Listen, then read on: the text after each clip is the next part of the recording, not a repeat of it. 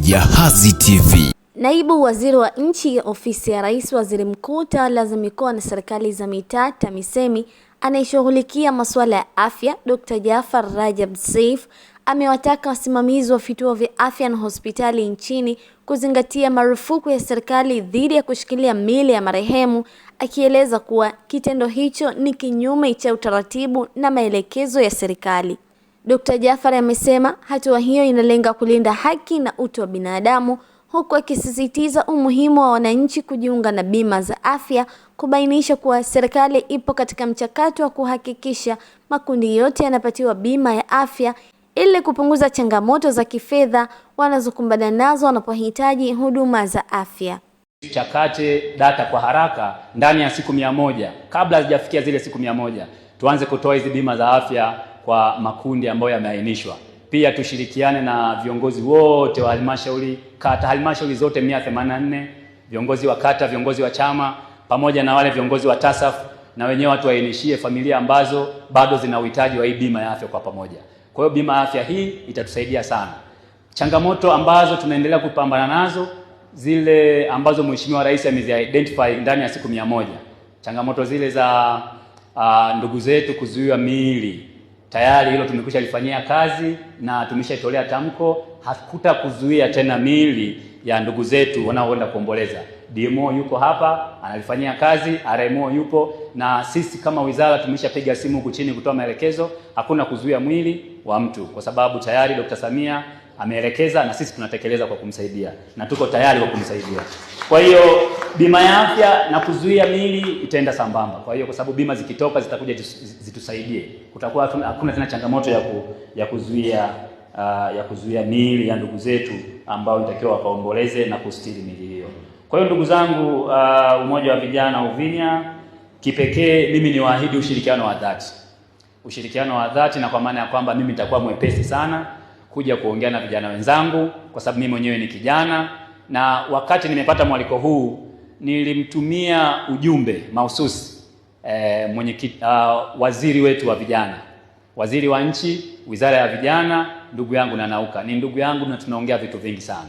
Nikamwambia nakwenda ziara Mwanza, nitakwenda halmashauri, lakini nimepata mwaliko huu mahususi wa vijana. Nikamtumia ule ujumbe. Amewapongeza sana, yuko pamoja na nyinyi na atafanya ziara Nyarugusu. Kwa hiyo yako mambo ambayo nitahitaji kumsaidia.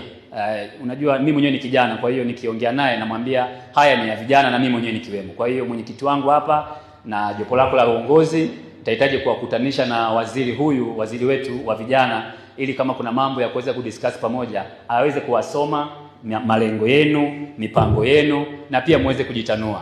Isiwe tu kwenye kusaidiana kwenye maafa, kusaidiana kuinuana sisi kidogo, kukodisha viti na matundubali. Hapana. Huu umri ni productive age. Ni age ambayo inatakiwa tuzalishe zaidi. Kwa upande wake, mwenyekiti wa Umoja wa Vijana Michael Kijanja amesema kuanzishwa kwa umoja huo kunalenga kuunganisha vijana ili kuanzisha miradi ya maendeleo itakayosaidia kujikwamua kiuchumi, kuboresha maisha yao na kuchangia maendeleo ya familia na jamii kwa ujumla. Vijana wengi tumekuwa tuna changamoto hasa tunapokutana aidha na changamoto za kiafya au za kukutwa na misiba. Tukaona hii fursa inakuaje? Tutengeneze namna ya kutafuta nguvu kwa kuungana, ili panapotokea tatizo na changamoto kama hiyo tuwe na uwezo wa kusaidiana na kupush kumaliza hiyo changamoto itakayojitokeza. Pia tumekuwa sasa, kadri tunavyozidi kukua, tunaona umoja wetu unaendelea, tumekuwa sasa na malengo mengine. Lengo la kwanza ni kutoka kuitwa kikundi kwenda kwenye taasisi au kuja kuwa kampuni. Nao baadhi ya vijana wanachama wa umoja huo wameeleza matarajio na malengo yao kupitia umoja ulioanzisha, wakibainisha kuwa changamoto ya ajira kwa vijana bado ni kubwa. Hivyo wanatarajia umoja huo utakuwa chachu ya kubuni fursa mbadala za ajira na kujiajiri.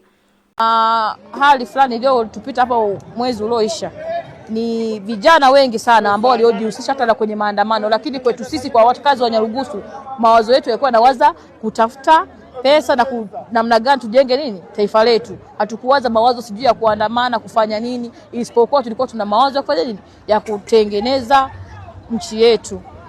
Changamoto ya ajira kwa vijana, changamoto ya kwanza ni masomo wanaosoma. tunaomba tu ushauri wangu kwa serikali, vijana anapoenda chuo wawe wa kwanza kuwashauri akasome nini chenye kujiajiri au kupata ajira kwa urahisi. Kwa mujibu wa vijana hao, umoja ulianzishwa katika uchache wa mabadiliko kwa vijana wa Nyarugusu kwa kujenga uwezo, kuibua fursa za ajira na kuimarisha mshikamano katika kushiriki shughuli za maendeleo za kijamii na kiuchumi. Nikiripoti kutoka Jahazi TV, mimi ni Zaitun J. Msigala. Jahazi TV.